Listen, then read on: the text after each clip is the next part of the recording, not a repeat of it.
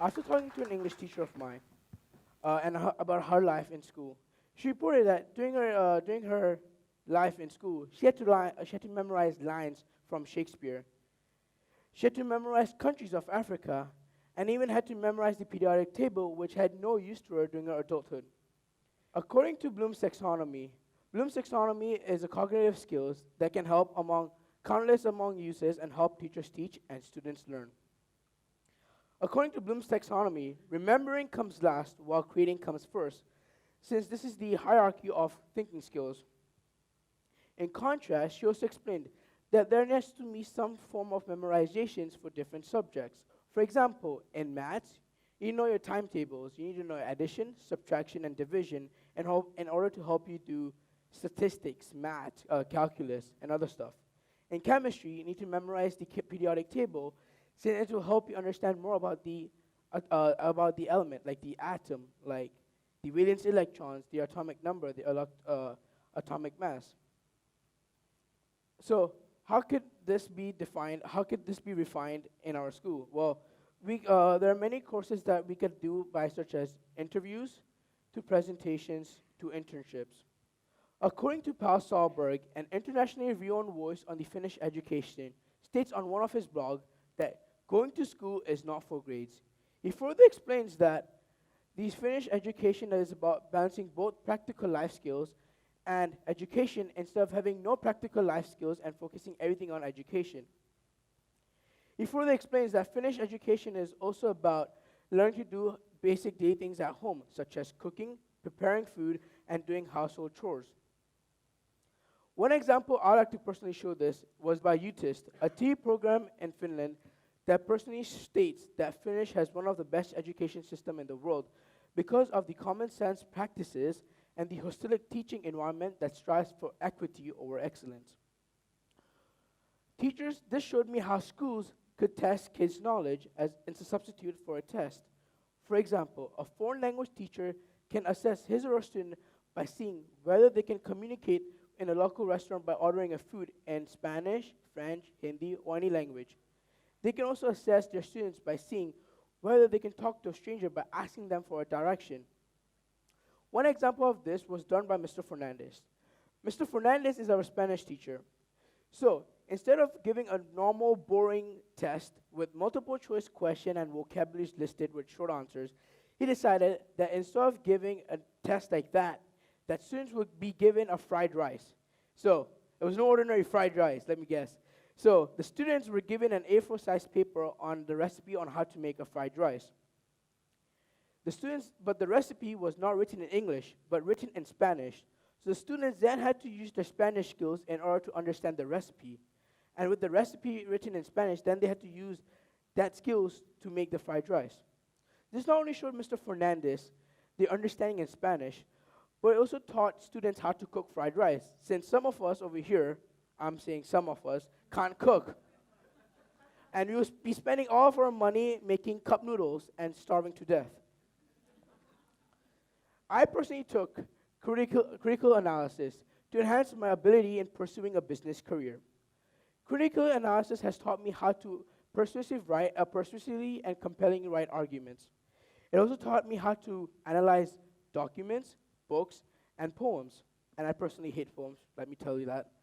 AP Computer Science principles had taught me how to dissect large problems and to interpret the information that could be understood in the fastest way possible. Drama has taught me how to build my self-confidence. Without drama, I don't think I'll be speaking in front of this many people. I'll probably be crying on the backstage right now.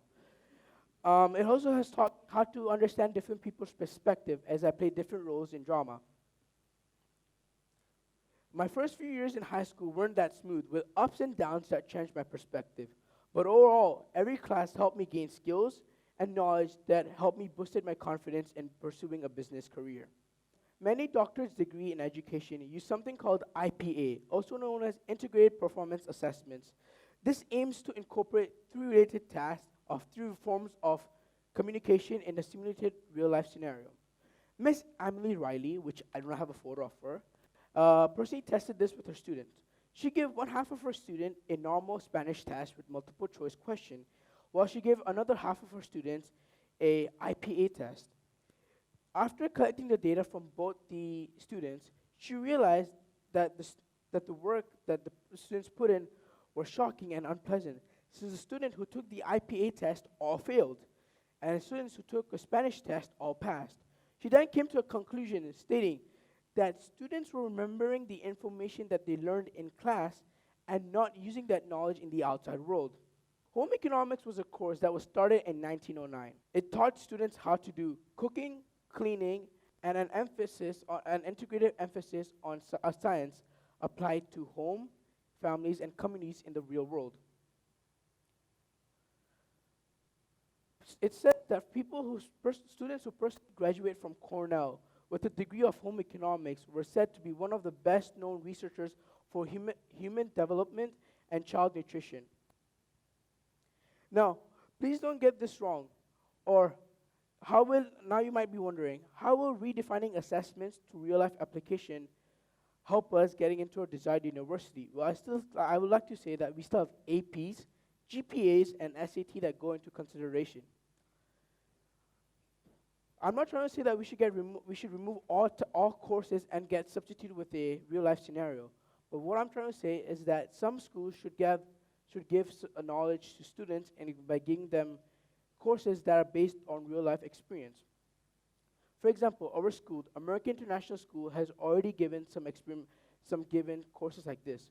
We have applied English, where students are heavily based on presentation, where they get to choose a topic that they're interested in and talk about it after a month.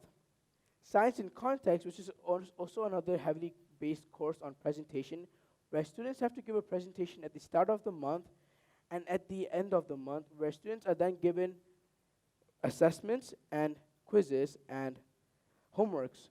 This not only shows teachers the understanding of the student, but it also shows the student how they can teach their peers.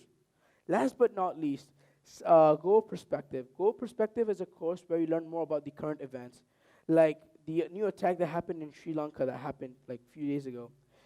In Goal Perspective, you'll be learning on why did this event happen, what are some ways that we can try solving this problem from.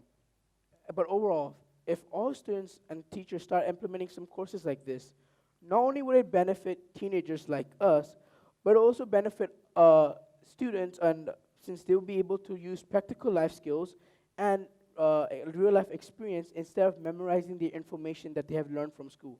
Thank you.